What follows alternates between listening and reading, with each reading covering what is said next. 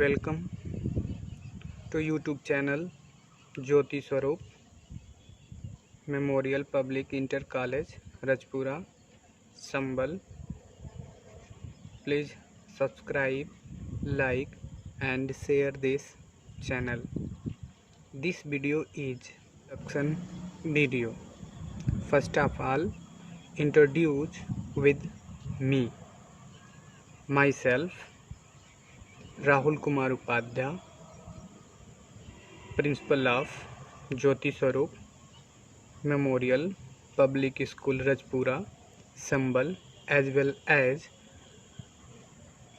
Teacher of English paper. I am post graduate MA in English with B.Ed, and I will teach you subject English. Today's we learn class 12th English.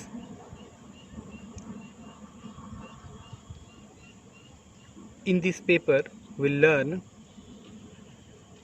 Section B English grammar. आप लोग Facebook page JSMPIC को like कर सकते हैं और share कर सकते हैं।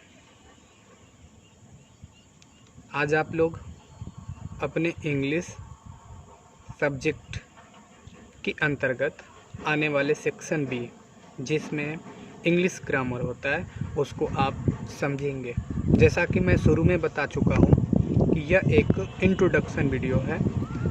इसमें हम आज से अपनी क्लासेस शुरू करेंगे।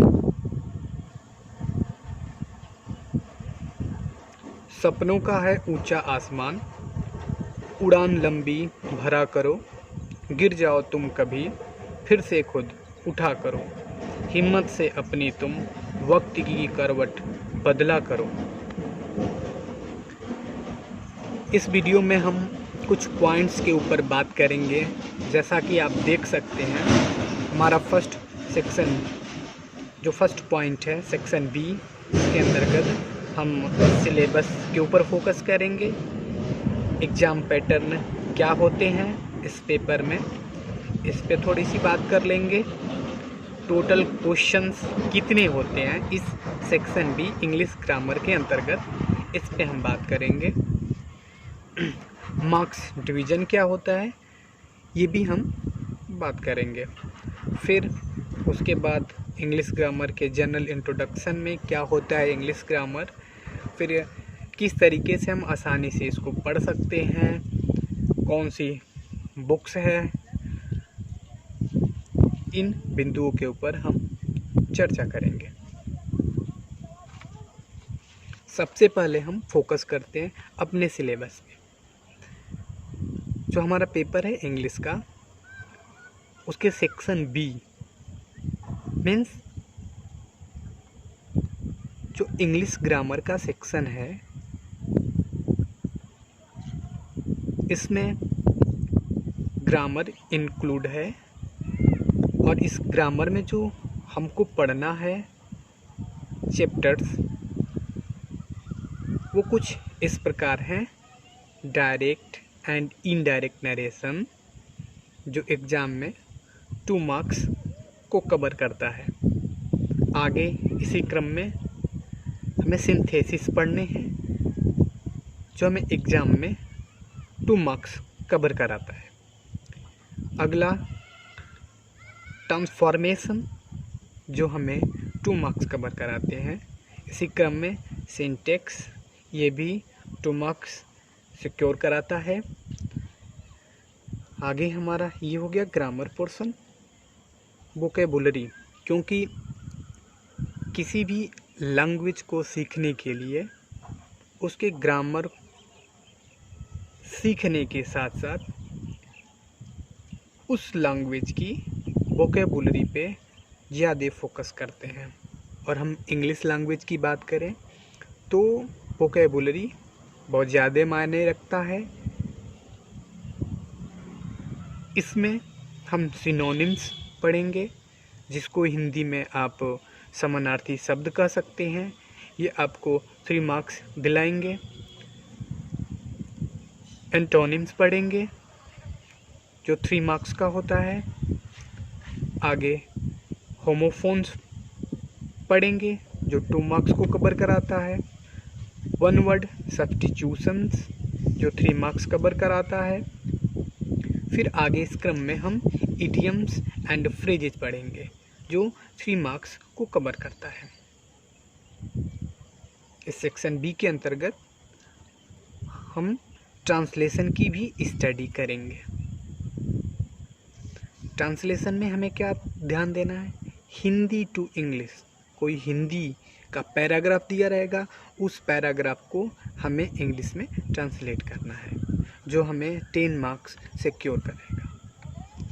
आगे इस क्रम में ऐसे राइटिंग भी है जो 12 मार्क्स के लिए होता है, और आगे अनसीन पैसेज भी होता है जो 6 मार्क्स को कवर करता है। तो ये आपका सिलेबस रहा सेक्शन बी का इंग्लिश ग्रामर। तो इंग्लिश ग्रामर में हमें ये सारे चैप्टर्स पढ़ने होंगे। जैसा कि मैं स्टार्टिंग में आपको बताया था एग्ज़ाम पैटर्न के बारे में, तो मैं इसमें बात कर लेता हूँ कि जो आपके पेपर्स आएंगे, जो बोर्ड में आपसे क्वेश्चन पूछे जाएंगे, वो सेक्शन बी में टोटल क्वेश्चंस आपके होंगे 5। क्वेश्चन 8 से स्टार्ट होगा आपका सेक्शन बी, और वो क्वेश्चन 12 तक होगा। एक एक करके आपसे क्वेश्चन ग्रामर से पूछा जाएगा। जो ग्रामर का क्वेश्चन होगा उसमें इसी क्रम में ABCD करके आपके क्वेश्चन पार्ट में होंगे, डिवाइड होंगे। वोकैबुलरी भी जो अगला आपका होगा उसमें भी ऐसे ही ABCDE करके पार्ट्स में बटे होंगे। ट्रांसलेशन एक पैराग्राफ दिया होगा हिंदी का, जिसे अनुच्छेद बोलते हैं, उसको आप इंग्लिश में ट्रांसलेट करेंगे। टॉपिक्स दी रहेंगी, आपको ऐसे लिखना होगा। फिर अनसीन पैसेज दिए गए होंगे, उनसे रिलेटेड नीचे क्वेश्चंस होंगे, जो अनसीन पैसेज को, उस पैराग्राफ को पढ़ के समझ के आपको क्वेश्चन का आंसर देना होता है। आगे जब हम पढ़ेंगे तो एक एक करके एक एक क्वेश्चन 8 किस टाइप्स का होगा, किस तरह से क्वेश्चन पूछे जाएंगे, क्या उसका मेथड होगा, कैसे हम आंसर देंगे, वो सब क्लियर हो जाएगा। Further coming days step by step all question clear and there marks division also. यानी आगे के दिनों में हम एक एक करके सभी क्वेश्चन को क्लियर करेंगे और उनके मार्क डिवीजन किस प्रकार हैं वो सब समझ लेंगे, और फिर हम अपनी तैयारी उसी अनुरूप करेंगे। इसी क्रम में हम आगे देखते हैं थोड़ा बहुत कि लैंग्वेज को हम कैसे सीखें। इंग्लिश लैंग्वेज एक फॉरेन लैंग्वेज है, जबकि हमारा मदर टंग हिंदी है। तो हम अपने मदर टंग से इंग्लिश को कैसे सीखें? तो इसके लिए लैंग्वेज को सीखने के लिए सबसे अच्छा तरीका होता है कि हम उसके इंग्लिश ग्रामर पे पकड़ बना लें। मीन्स हमें इंग्लिश सीखना है तो हमें इंग्लिश ग्रामर पे पकड़ बनानी पड़ेगी। ऐसे ही और भी भाषाएं होती हैं, भाषाओं पे अपनी पकड़ बनाने के लिए हमें उस भाषा के व्याकरण पे मीन्स ग्रामर पे अपनी पकड़ बनानी होती है। क्या होता है इंग्लिश ग्रामर? हम देखते हैं English grammar is the way in which meanings are encoded into wordings in the English language. Means जो आपका अंग्रेजी व्याकरण होता है वो एक तरीका है, is the way in which जिसमें meanings are encoded into wordings in the English language. जो इंग्लिश भाषा है, वर्ड में, शब्दों में जो उसकी मीनिंग होती है वो क्या होती है, छुपी होती है।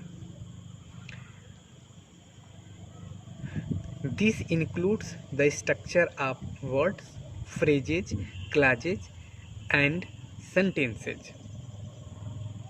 जो इंग्लिश ग्रामर होता है वो हमें वर्ड्स के स्ट्रक्चर को, फ्रेज के स्ट्रक्चर को, क्लॉज के स्ट्रक्चर को और सेंटेंस के स्ट्रक्चर को क्लियर करता है कि किस तरह से सेंटेंस में वर्ड्स का स्ट्रक्चर होता है, फ्रेज का क्या स्ट्रक्चर होता है, क्लॉज का क्या स्ट्रक्चर होता है और सेंटेंस का। आगे हम एक एक करके वर्ड्स को भी समझेंगे, फ्रेज को भी समझेंगे, क्लॉज को भी समझेंगे और सेंटेंस को भी समझेंगे। और साथ ही साथ हम ये भी क्लियर करेंगे कि वर्ड्स कैसे सेंटेंस में यूज होता है और कैसे वो मीनिंग को रखता है।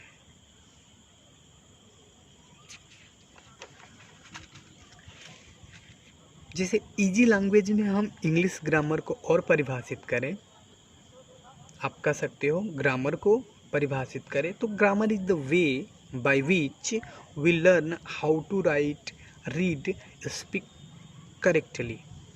जो ग्रामर होता है, किसी भी लैंग्वेज का जो ग्रामर होता है वो एक ऐसा जरिया होता है जिसके द्वारा हम सही सही लिखना, पढ़ना और बोलना सीखते हैं। लैंग्वेज की 4 बेसिक स्किल्स होती हैं। किसी भी लैंग्वेज को हम 4 तरह से सीखते हैं। पहला वो तरीका है, first we listen, first of all we listen. तो आपका पहला स्किल हुआ listening skill. After that we try to speak. Second skill is speaking skill. After that we try to read. Third skill is reading skill. Fourth and at last we try to write. This is writing skill. तो ये भाषा की 4 skills होती हैं। जैसे हम समझ सकते हैं कि जब हम छोटे बच्चे थे तो सबसे पहले हम सुनना प्रारंभ किए। जैसे कोई भी छोटा बच्चा होता है तो वो सबसे पहले चीज़ों को सुनता है, सुन के समझता है, फिर धीरे धीरे बोलने की कोशिश करता है। आप भी याद कर सकते हो कि जब आप छोटे थे तो सबकी बातों को सुनते थे, या कोई छोटा बच्चा होता है तो उसको हम सबसे पहले चीज़ों को सुनता है, सुन करके धीरे धीरे बोलना शुरू करता है, मम्मी पापा। फिर अगला स्टेप में वो अब जब उसे अक्षरों का ज्ञान होता है तो उन्हें देख करके पहचानता है, पढ़ने की कोशिश करता है, और जब उसे पढ़ने आ जाता है तो वो अपनी फीलिंग्स को, अपने थॉट्स को वह लिख करके रिप्रेजेंट करता है। तो ये भाषा की 4 स्किल्स हैं। हमें इंग्लिश ग्रामर के थ्रू इन 4 बेसिक स्किल को इम्प्रूव करना है और अपनी लैंग्वेज जो अंडरस्टैंडिंग है उसको इम्प्रूव करना है। और साथ ही साथ हमें बोर्ड के लिए भी अपनी तैयारी करनी है, और हमें यह ध्यान रखना है कि how to gain maximum marks. तो इस पे भी हमें साथ में ध्यान देना है। यानी कहने का मतलब है कि हमें नॉलेज एंड मेरिट्स पे फोकस रहना है। पढ़ने के साथ साथ, ज्ञान होने के साथ साथ हमारा मार्क्स भी बेहतर हो। अब हम अगले स्टेप में बुक्स की बात कर लेते हैं। तो आप सभी लोग dear students, first of all आप इंग्लिश जो टेक्स्ट बुक है जिसमें आपका prose, poetry, short stories, drama include है, आप उसको अपने पास उपलब्ध करा लो। फिर एक और बुक है इंग्लिश ग्रामर की जो माध्यमिक शिक्षा परिषद द्वारा प्रेस्क्राइब्ड है, उसको आप सबसे पहले अपने पास उपलब्ध करा लो कि जैसे जैसे डे बाय डे हम आपको टास्क देंगे, आप बुक की हेल्प से उसे सॉल्व करेंगे। अब अगले स्टेप में हम पर्पज की बात कर लें कि why need to learn English grammar and language. जैसा कि हम इंग्लिश लैंग्वेज, इंग्लिश ग्रामर को पढ़ रहे हैं, तो पढ़ने के पीछे क्या ज़रूरत है? तो सबसे पहले तो हमें समझना होगा कि यह हमारा पेपर है और इस पेपर को पढ़ेंगे तो हमारे मार्क्स अच्छे आएंगे। इसके पीछे रीज़न ये भी है कि इसके ज़रिए, इंग्लिश ग्रामर के ज़रिए हम अपनी लैंग्वेज अंडरस्टैंडिंग को इम्प्रूव करेंगे और बोर्ड्स में हम मैक्सिमम मार्क्स अचीव करेंगे। सो डियर स्टूडेंट्स, आप बिल्कुल तैयार हो जाइए। अगले वीडियो में हम लोग एक एक करके चैप्टर्स को देखेंगे और हम अपनी लैंग्वेज अंडरस्टैंडिंग को इम्प्रूव करेंगे। सबसे पहले अगले वीडियो में हम जनरल इंग्लिश ग्रामर पे बात कर लेंगे। उसके बाद हम अपने चैप्टर्स पे आएंगे। इंग्लिश ग्रामर को सीखने के लिए बिगिनिंग में हमें शुरुआत में हमें कुछ चीज़ों की ज़रूरत पड़ती है। तो अगले वीडियो में हम जनरल इंग्लिश ग्रामर पे चर्चा कर लेंगे।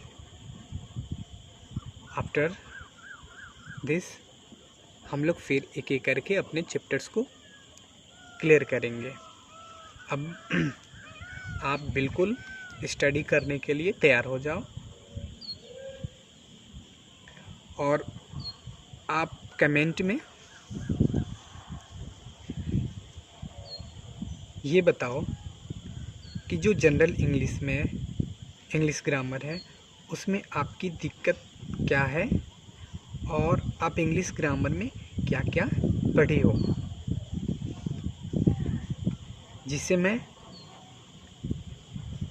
आपकी जानकारी का पता लगा सकूं और फिर आगे आने वाले वीडियो में मैं उसके अनुरूप आपको इंग्लिश ग्रामर में और भी चीज़ें उपलब्ध करा सकूं। तो आप इस वीडियो को देखने वाले स्टूडेंट्स, आप ज़्यादा से ज़्यादा इस चैनल को शेयर करें, सब्सक्राइब करें और अपने मित्रों को बताएं कि अब हमारी ऑनलाइन क्लासेस स्टार्ट हो चुकी है।